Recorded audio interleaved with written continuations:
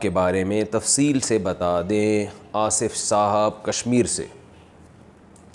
جناب آصف صاحب، قربانی کے نصاب میں 5 چیزیں دیکھی جائیں گی، 5، یہ خوب اچھی طرح دماغ میں بٹھا لیں۔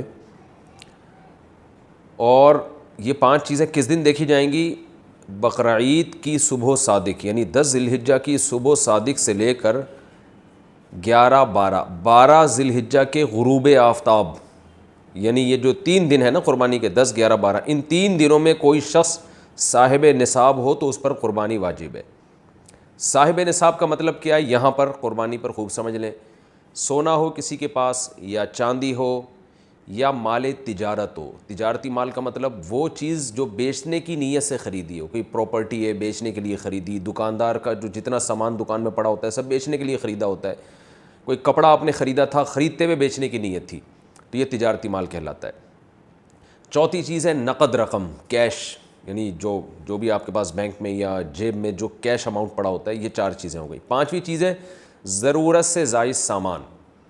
ضرورت سے زائد سامان میں بہت تفصیل ہے، آسان اس کی ایک جو ہم اگر ضبط کر سکتے ہیں تو وہ چیز جو پورے سال بھی استعمال نہ ہوتی ہو، گھریلو چیزوں میں وہ چیزیں جو پورے سال بھی استعمال نہ ہوتی ہوں، جیسے کپڑے کوئی یا برتن ہے، ڈنر سیٹ ہے، پورے سال استعمال نہیں آتا۔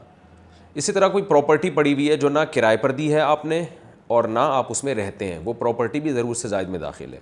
تو یہ جو 5 چیزیں ہیں، کسی کے پاس یہ 5 چیزیں، ان کی جو ویلیو لگائی جائے گی تو ان 5 چیزوں کا مجموعہ اگر 52.5 تولہ چاندی کے برابر ہے، 52.5 تولہ چاندی آج کل 65-70 ہزار کے لگ بھگ ہے، نیٹ پہ سرچ کر لیے گا، تو کسی کے پاس یہ 5 چیزیں، یا 5 میں سے 4 چیزیں، یا 4 میں سے 3 چیزیں، یا 3 میں سے 2 چیزیں، یا کوئی ایک چیز 52.5 تولہ چاندی کے برابر ہے، اور یہ بقرعید کی صبح صادق سے لے کر ذی الحجہ کی 12 تاریخ کی غروب آفتاب سے پہلے تک رہتی ہے اس کے پاس، تو ایسے شخص پر، یعنی بقرعید کی صبح صادق کے وقت اس کے پاس یہ نصاب موجود تھا، اور یہ 13 تاریخ کی ذی الحجہ تک اس کے پاس یہ نصاب موجود رہتا ہے، تو وہ صاحب نصاب کہلائے گا۔ 13 تاریخ نہیں، 12 تاریخ، 10، 11، 12، 3 دن، تو وہ صاحب نصاب کہلائے گا اور اس پر قربانی واجب ہے، بشرطے کہ یہ جو 5 چیزیں یا 4 یا 3 یا 2 چیزیں میں نے بتائی ہیں، ان میں سے سب سے پہلے قرضہ مائنس کیا جائے گا، یعنی قرضہ مائنس کر کے 52.5 تولہ چاندی کے برابر بن رہا ہو۔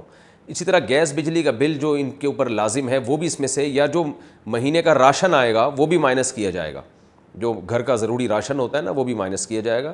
مائنس کرنے کے بعد اگر 52.5 تولہ چاندی کے برابر رقم بچ رہی ہے تو ایسے شخص پر قربانی واجب ہے، چاہے مرد ہو چاہے عورت ہو۔ تو عورت کیسے قربانی کرے گی؟ سونا خواتین کے پاس بہت ہوتا ہے، چاندی ہوتی ہے، چاندی نہیں بھی ہو تو سونے کے نصاب جو ہے اس کے ساتھ اگر 1 روپیہ بھی ہے تو وہ بھی 52.5 تولہ چاندی کی قیمت دیکھی جائے گی اس میں بھی۔ تو عورت کیسے قربانی کرے گی؟ اس کے پاس تو کیش نہیں ہوتے عام طور پہ، تو پورے سال جمع کرے، تھوڑے تھوڑے اپنی جیب خرچی سے بچایا کرے، یا سونا کو بیچ کر کرے۔ البتہ کسی کے پاس صرف سونا ہی ہے اور یعنی باقی 4 چیزوں میں سے کچھ بھی نہیں، 1 روپیہ بھی نہیں ہے، تو پھر 7.5 تولہ سونا جب تک نہیں ہوگا قربانی واجب نہیں ہوگی۔ یعنی سونے کے ساتھ اگر چاندی ہے یا پیسے ہیں یا تجارتی مال یا ضرورت سے زائد سامان ہے، پھر سونے کی ویلیو دیکھی جائے گی، سونے کو نہیں دیکھا جائے گا۔ لیکن اگر صرف سونا ہی ہے تو پھر 7.5 تولے سونے سے کم پہ نہ زکوٰۃ ہوتی ہے نہ قربانی ہوتی ہے۔ تو یہ ہے، تفصیل سے آپ کو بتا دیا۔ تو آپ چاہیں تو اس میں ایک گائے میں حصہ لے لیں، چاہیں تو بکرا لے لیں، چاہیں تو دمبا لے لیں۔ مرد پر الگ واجب ہے، عورت پر الگ واجب ہے، جو بھی صاحب نصاب ہوتا ہے۔